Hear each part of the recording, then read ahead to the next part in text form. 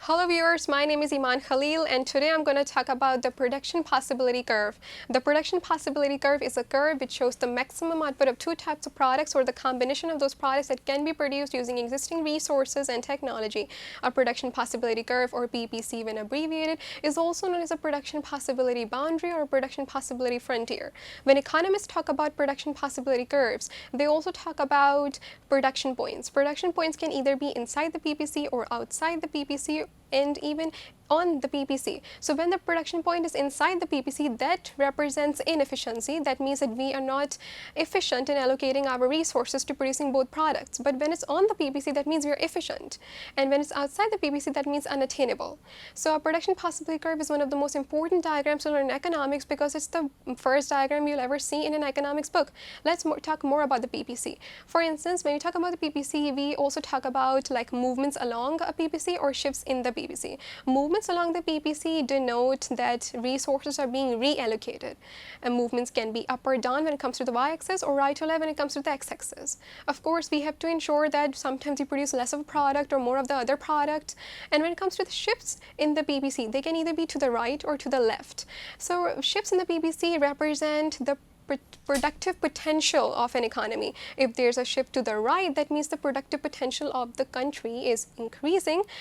And that means, what is anyway productive capacity? Productive capacity tells us how efficient, how good is the quality as well as the quantity of our factors of production, economic resources. So when there is an increase in the quality and quantity of the factors of production, there's a shift in the right of to the right of the PPC. That could be because education is improving. There are more skills development programs for workers, or there's a rise in the retirement age, or advances in technology and worn out capital goods are being replaced. But when there's a shift to the left of the PPC, that denotes that the quality and the quantity of factors of production is decreasing, and that is not a good thing because that means that there's a reduction in the retirement age. That means there won't be more skills and experienced people to teach the young blood, to teach the new blood, and on the other hand, if we are not taking advantage of the advances in technology, then of course there will be a shift to the left of the PPC. And if we are not replacing worn out capital goods with new capital goods, that means that there's again a shift to the right of the PPC, or there's no improved education at all. Standard of education is very low, and on the other hand, there are widespread floods. So production possibility curve helps us a lot in seeing the productive potential as well as the output, how much a country can produce in terms of goods and services.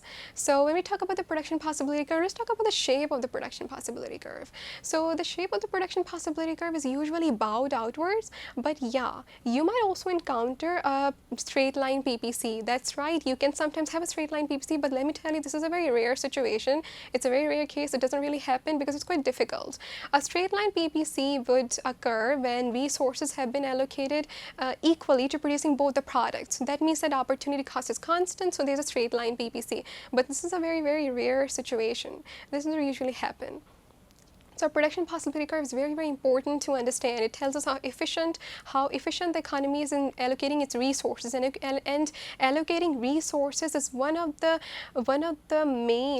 prime aims of learning economics. You need to become a better decision maker, decide well, So well, that's it for now. Thank you so much for watching.